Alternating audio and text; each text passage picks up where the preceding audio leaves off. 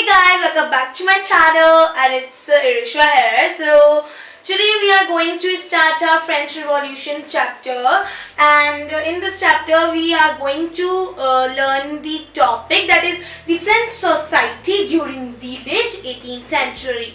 Means French society उस समय की जो 18th सेंचुरी से पहले की है, ठीक है। तो जैसे ये 1774 है तो ये 18th सेंचुरी से पहले का समय की बात है।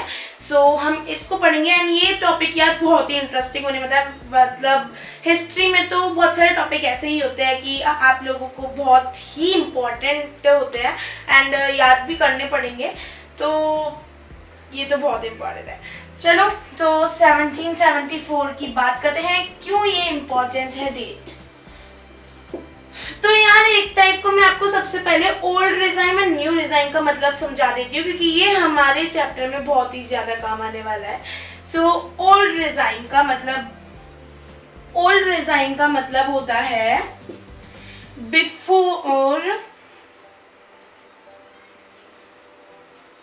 बिफोर 1789 हमारा बेस्टाइल का किला डेमोलिश्ड हुआ था। कब? 14 जुलाई 1789 को।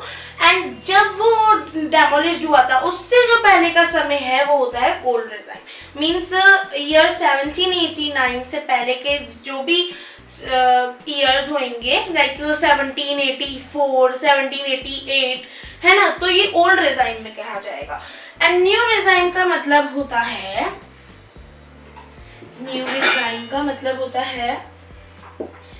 After 1789। Okay, I hope so you understood that. Next topics को देखते हैं। तो ये यहाँ पे है किंग एंड क्वीन। तो 1774 में जो फ्रांस का किंग था, king of France, who is the king of France? King of France Louis XVI. Who is the king of France? Louis XVI. And when he was of 20-year-old, he got married to an Austrian princess named Marie Antoinette.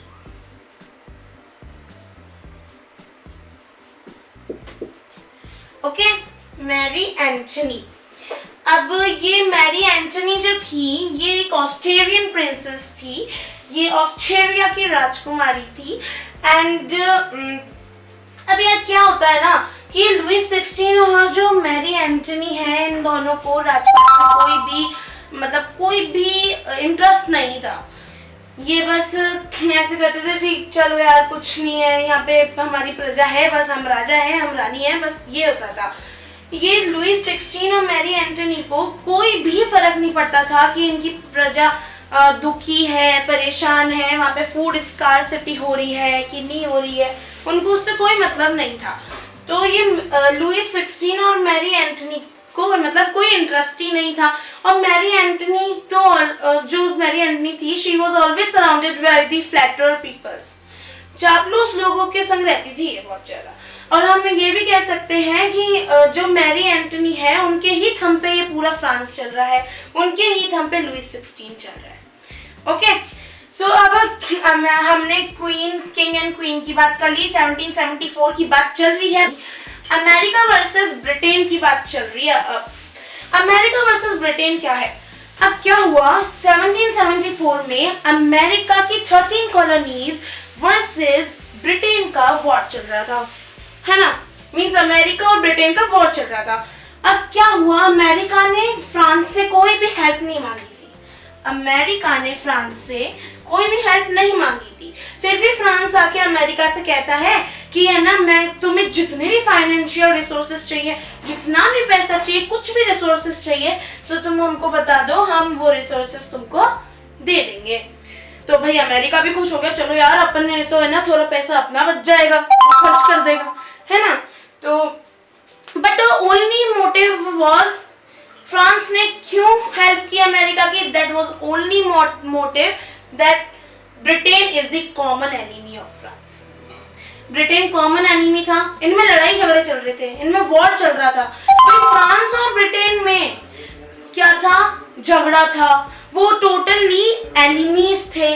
तो फिर उनका लड़ाई हो रही थी, तो America को France ने हेल्प कर दी कि है ना, तुम तो किसी भी तरीके से इसको हरा दो, मैं तुम्हें फाइनेंशियल रिसोर्सेज दे रहा हूँ, बदले में तुम इसको हरा दो, है ना। The only motive was that the Britain is the common enemy of France.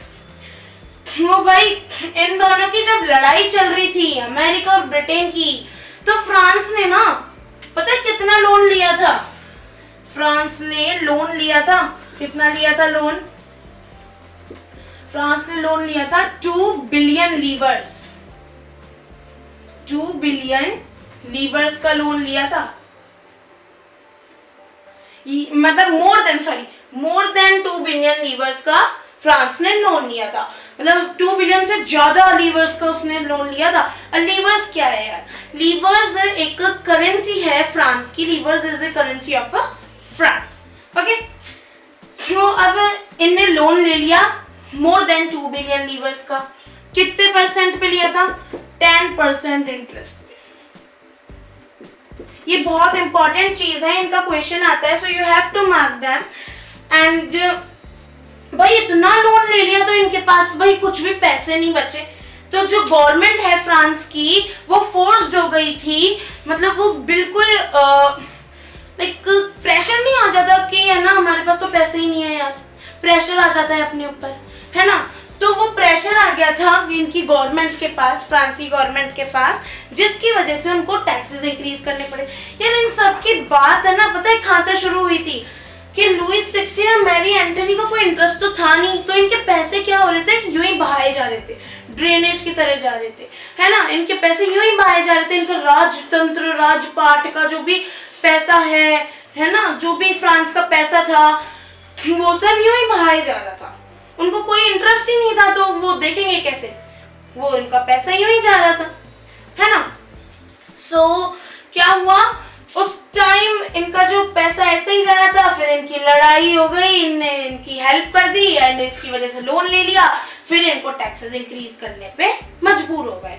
अब भाई टैक्सेस तो इंक्रीज कर दी है, टैक्सेस तो यहाँ इंक्रीज हो गए। अब टैक्सेस इंक्रीज की बात यहाँ पे कुछ ऐसे आती है, अब है ना बात क्या आती है भाई, यहाँ पे है ना 3 एस्टेट्स है, ओके 3 एस्टेट्स है, first estate, second estate and third estate. हम क्या बात कर रहे हैं, एस्टेट्स की बात कर रहे हैं, तो एस्टेट्स हो गया एस्टेट्स।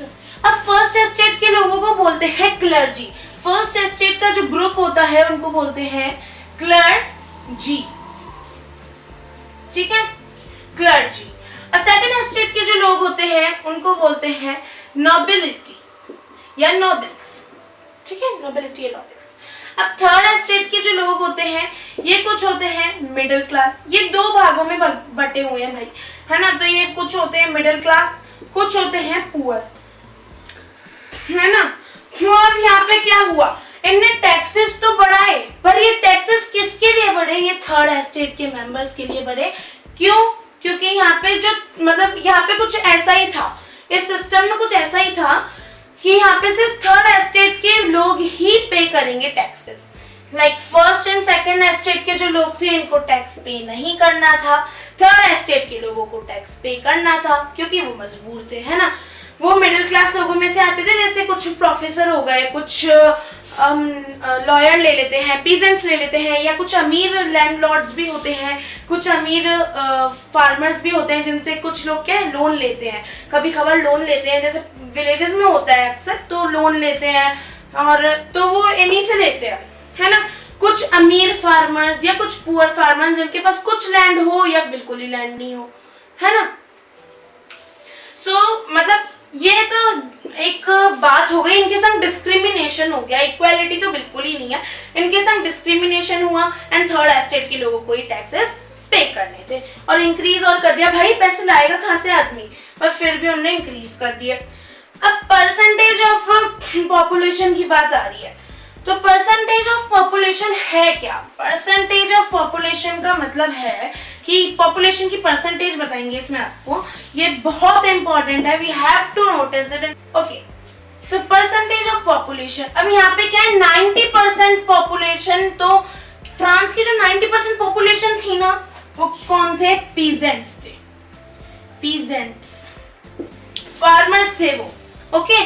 और उनमें से नोबल्स जो थे, थर्ड एस्टेट के कुछ अमीर लोग, रिचर मैन्स या कुछ चर्चेस वाले, वो क्या करते थे, उनके पास 60% लैंड ओन्ड था, जिनके पास कल्टीवेशन थोड़ी सी है, या कुछ लोगों के पास, लाइक थर्ड एस्टेट की अगर हम बात करें, मिडिल क्लास लोगों के पास थोड़ा सा लैंड होता था, थोड़ा सा, जैसे हम थोड़ा सा बोलते हैं तो वो थोड़ा सा लैंड होता था, ये छोटा मतलब बहुत छोटा, स्मॉल लैंड, ठीक है। तो वो कल्टीवेशन करते थे, उसमें वही चीज होती थी, मतलब 60% लैंड तो 90% पीजेंट्स थे, और 60% लैंड की बात हो रही है एरिया की, तो 60% लैंड नोबल्स और थर्ड एस्टेट के पास, और कुछ फर्स्ट एस्टेट के पास भी था, ठीक है।